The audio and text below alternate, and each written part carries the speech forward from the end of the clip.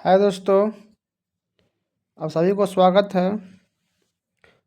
गोलू, खुशबू, पंकज, आशीष, type 7 का शायद हमने बता दिया था। चलो हम दोबारा बता देते हैं। टाइप 7 में 121 से 162 तक प्रश्न है। इसमें हम 2-3 टाइप से बता देते हैं, बाकी तुम लोग से प्रश्न सभी बन जाएंगे। तो चलो इस प्रश्न को देखते हैं। टाइप 7 का पहला प्रश्न।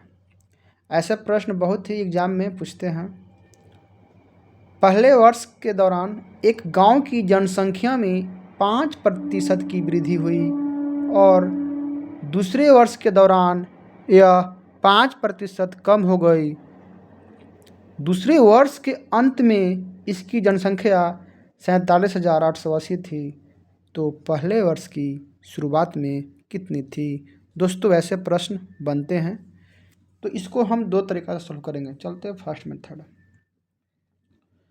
दोस्तों, गांव की जनसंख्या में ना 5% की वृद्धि हुआ, फिर दूसरे वर्ष में कमी हुआ, लेकिन जनसंख्या था कितना कुछ नहीं मालूम है। मान लो ये जनसंख्या था। दोस्तों, 5% वृद्धि हुआ यानी क्या होगा दोस्तों? 105/100, क्योंकि हम बताएं शुरुआत में ही कोई भी परसेंटेज अपने आप में 100 होता है। फिर दोस्तों दूसरे वर्ष कमी हो गया, ये पहला वर्ष का है, फिर दूसरे वर्ष कमी हो गया, यानी कमी मतलब माइनस, यानी 95/100। तब जाके 2 वर्ष का अंतिम वैल्यू आता है, यानी जनसंख्या आता है 47,880। 521, 520, 519, 520, यानी जो दोस्तों जनसंख्या होगा वो 47 × 400/21 × 19। आप इसका कैलकुलेशन कीजिएगा, वही आपका जनसंख्या होगा। अब चलते हैं दोस्तों, दूसरा मेथड क्या है। दोस्तों, सेकंड मेथड में क्या है, कुछ नहीं करना है। देखो दोस्तों, वृद्धि कितना हुआ? 5%, यानी दोस्तों 5%, यानी दोस्तों 5/100, यानी दोस्तों 1/20, यानी बाबू वृद्धि हुआ, यानी दोस्तों पहले 20 था, अब कितना हो गया? 21। पहले 20 था, अब कितना हो गया? 21। कोई दिक्कत? अब दूसरा वर्ष में 5% कमी, यानी दोस्तों इस समय वृद्धि हुआ, अब दूसरा में 5/20 यानी सेम आएगा, यानी यहाँ पर कमी हो गया तो कमी करेंगे, यानी पहले 20 था, अब क्या होगा दोस्तों? 19। सेम मल्टीप्लाई कर दो, 421 × 19। दोस्तों मेरा अंतिम वैल्यू क्या है? 47,880। मेरा अंतिम वैल्यू क्या मिला? 21 × 19। तो दोनों का तुलना साथ में कर देंगे ना। 47 21 × 19, निकालना है शुरुआत वाला, तो मेरा शुरुआत में क्या है? 400, तो गुना कर दो 400। अब काट दो, यही तुम्हारा आंसर आएगा। ये तुम्हारा जैसे देखो 21 दूनी 42, 5 बट्टा यहाँ से 5 ना बचा, फिर करो 21 दूनी 42, 13 बचा यहाँ से, 42 नहीं 42 है ना, 58 था, तो यानी 16 बचा, तो 21 7 168, जीरो आएगा। अब देखो कटेगा 19 से कम, 21 8 बार में ना 68, 19 से कम 19, 3 19 दूनी 38, 120, बढ़ चौक 48, यानी दोस्तों क्या आ गया? 48,000 इसका गांव का जनसंख्या होगा पहले वर्ष की, यानी शुरुआत में। यानी पहले वर्ष की शुरुआत में कितना इसका जनसंख्या आएगा? 48,000, यानी यहाँ भी आ जाएगा 48,000। कोई दिक्कत? कुछ नहीं करना है, एकदम सिंपल है।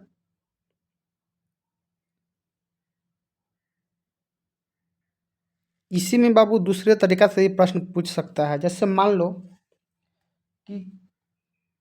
कोई व्यक्ति है, उसको पहला वर्ष में उसकी बिक्री राशि में 12% की वृद्धि होता है। बाबू मान लो किसी व्यक्ति के पहले वर्ष में 12% की वृद्धि होता है और दूसरे वर्ष में उसको 15% की वृद्धि होता है।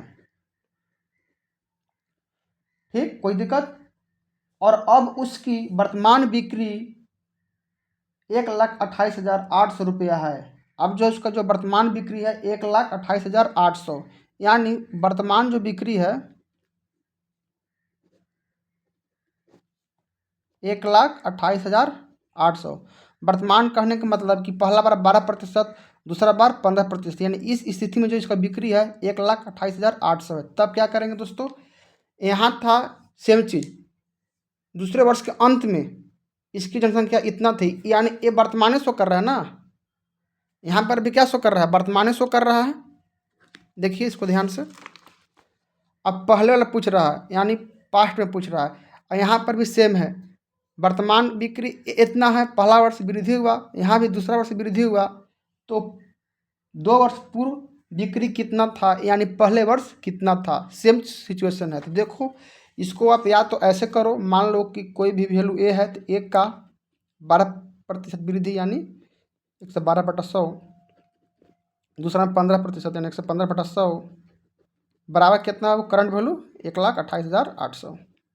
ऐसे भी करो, 5 से कटेगा कितने बार में, नहीं 5 से नहीं कटेगा, 4 से कटेगा, 28 बार में, 4 से 25 बार में, 5 से 23 बार में, 5 से 20 बार में।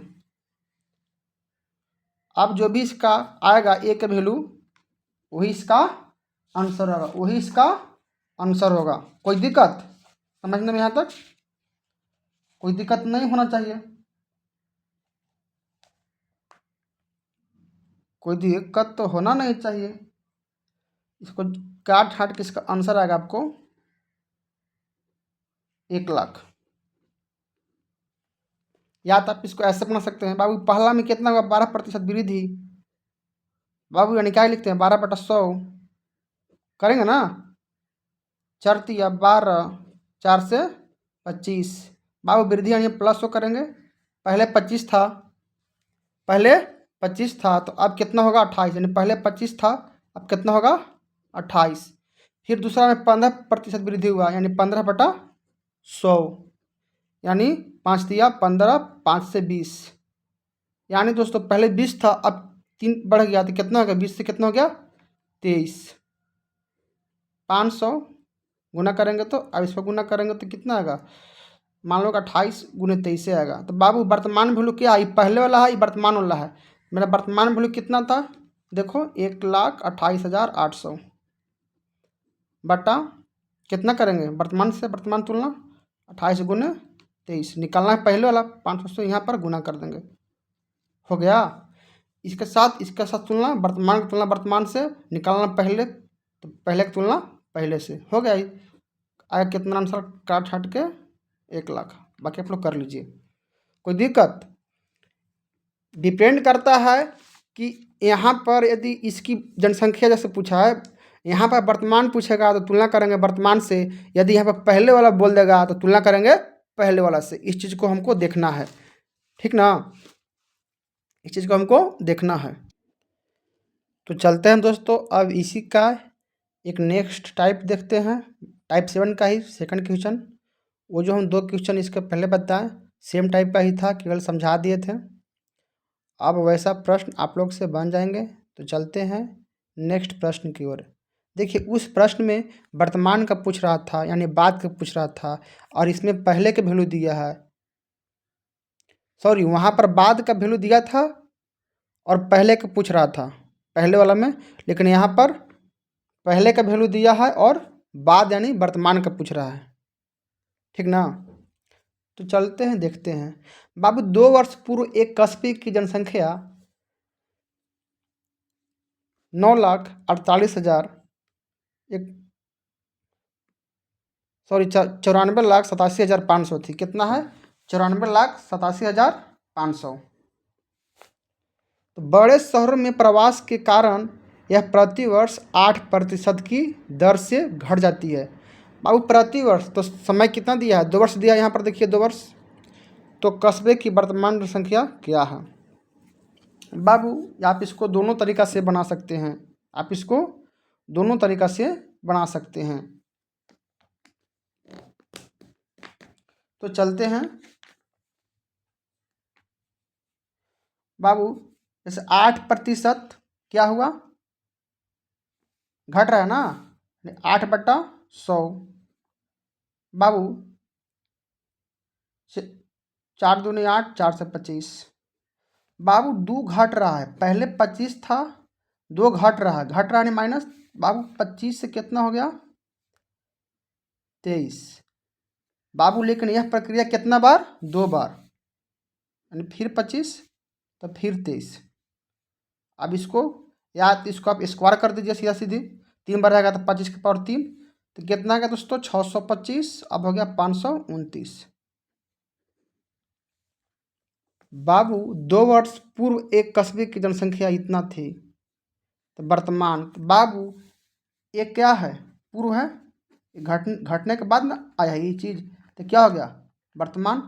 तो पूर्व की तुलना पूर्व से करेंगे, तो मेरा पूर्व का वैल्यू कितना था? 94,87,500 बट्टा 625, ये भी पूर्व का वैल्यू है। निकालना है वर्तमान, तो वर्तमान कितना है? 529। कर दीजिए, 529 से गुना आ गया, हो गया आंसर। देखिए यहाँ डबल जीरो है तो 25 से कट जाएगा, अब 25 से ये भी कटेगा, ठीक। आप इसको काटिएगा तो कितना बार में कटेगा? 25, 25 से 625।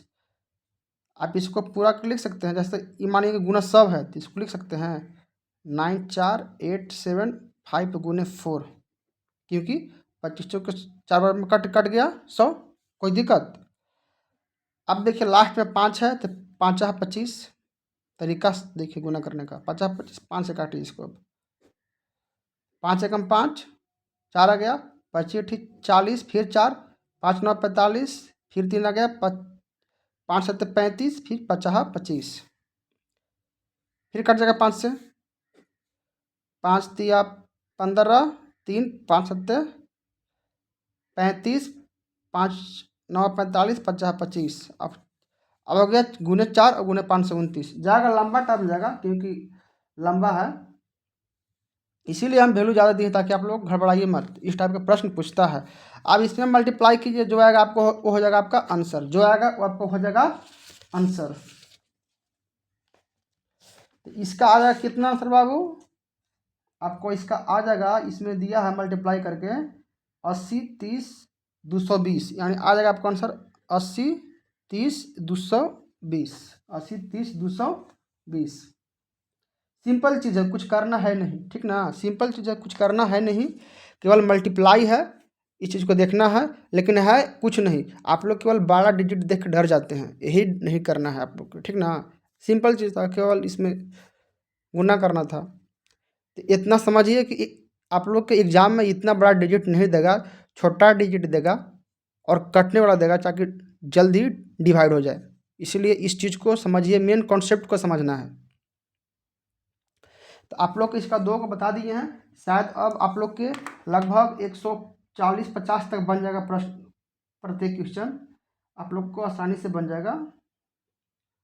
अब कुछ वैसा है, चलिए और एक तो इसमें बता देते हैं। अब प्रश्न संख्या 3 की ओर देखते हैं। बाबू बताइए कितना बड़ा प्रश्न है, लेकिन इसका आंसर एकदम तनिश शून्य में बनेगा। बहुत ही आसान प्रश्न है, लेकिन है देखने में बड़ा। जो लोग इसको एग्जाम में स्किप कर देंगे, आप लोग देखेंगे अरे यार ये तो बहुत बड़ा है, बनेगा कि नहीं बनेगा, टाइम दें कि टाइम नहीं दें, ये प्रश्न मन में आप लोग के घूमेंगे। लेकिन बहुत ही आसान प्रश्न है, तो चलिए देखते हैं। सुरेश एक दुकान की दैनिक बिक्री पैटर्न का अध्ययन करता है। उससे पता चलता है कि सोमवार की बिक्री रविवार की बिक्री की तुलना में 10% की कमी हुई है।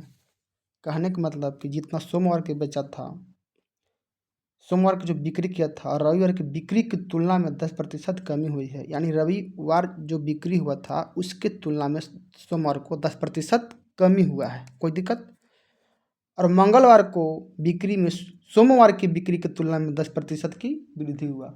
अब बोलता है कि जब मंगलवार को जितना बेचा सोमवार से 10% अधिक बेचा, यानी अधिक बिक्री हुई है, कोई दिक्कत। यदि मंगलवार की बिक्री 1485 रुपया थी तो रविवार की बिक्री कितनी थी? एकदम सिंपल, कुछ नहीं करना है। संडे, मंडे, ट्यूसडे, यानी मंगलवार। कुछ है? कुछ नहीं है। बाबू पहला बोलता है कि सोमवार की बिक्री रविवार की बिक्री की तुलना में 10% की कमी हुई है। तो बाबू 10% केकरा में कमी? एकरा में ना 10% कमी। जब ये मान लेते हैं कि सामान 100 रुपये के बेचा होगा, ये कितना के बेचा होगा? 90 रुपये के। 10% कमी। ठीक, कोई दिक्कत? अब बाबू मंगलवार को बिक्री में सोमवार की बिक्री की तुलना में 10% की वृद्धि। तो सोमवार कितना है? 90। बाबू 10% यानी 110। किसी भी संख्या अपने आप में 100 होता है। तो बाबू ये 90 है, इसमें 10% वृद्धि हो गया, यानी 90 का डायरेक्ट निकालिए 110/100। खत्म। कितना गया? 99। यानी मंगलवार को 99 रुपया और मंडे को 90 और संडे को 100। लेकिन यहाँ बोलता है कि मंगलवार को बिक्री 1485 रुपया हुआ है। तो ठीक है, किताबवा बोलेगा तो ऊपर कर दो, आराम से लिख दो। अब हमर कितना हुआ है मंगलवार के? 99 रुपया। आराम से 99। अब जेकर पूछेगा उसको निकाल देंगे। पूछा है रविवार को 100 से गुना करेंगे, पूछता मंडे को 90 से गुना कर दे करते हैं, लेकिन मंगलवार को तो दिया ही है, कोई दिक्कत? पूछता रविवार पूछ रहा है 100 से गुना, सोमवार पूछता 90 से गुना, मंगलवार को तो पहले से दे दिया है। तो चलते हैं, पूछ रहा रविवार तो 100 से गुना करते हैं। बाबू चलिए 11×9 99, 11 एकम 11, 3 यानी 38, 11 33, 5 50, 11 5 55, कट गया 9 से 15 12, 15 9 135। तो कितना आ गया दोस्तों? 1500। तो यानी संडे को कितना बिक्री किया था? 1500। कोई दिक्कत? हो गया। रविवार पूछा 100 से गुना किए, मंडे पूछता 90 से गुना करते। अब हम टाइप बता दिए 7 का 3 टाइप। अब टाइप 7 में आपको जितना भी प्रश्न है सभी प्रश्न बन जाएंगे। कॉन्सेप्ट यही यूज करना है, जितना हम बताएं उसी कॉन्सेप्ट को यूज करना है, कुछ है नहीं। ठीक, बाकी प्रश्न बन जाएंगे, जो बाकी नहीं बनेंगे हम हैं ना यहाँ पर, गोलू, खुशबू, आशीष, पंकज, रोहित। एक बार इसको ध्यान से देख लेना तुम लोग। ठीक, केतन बाबू आपने बहुत बार बोला है कि सर हमको तो बहुत मैथ में प्रॉब्लम होता है। बाबू आप प्रॉब्लम ना होते अब, ठीक ना? ठीक है, अब हम इसको यहीं पर स्टॉप करते हैं, क्योंकि टाइप 7 में टोटल 125 से लेके 162 तक प्रश्न है।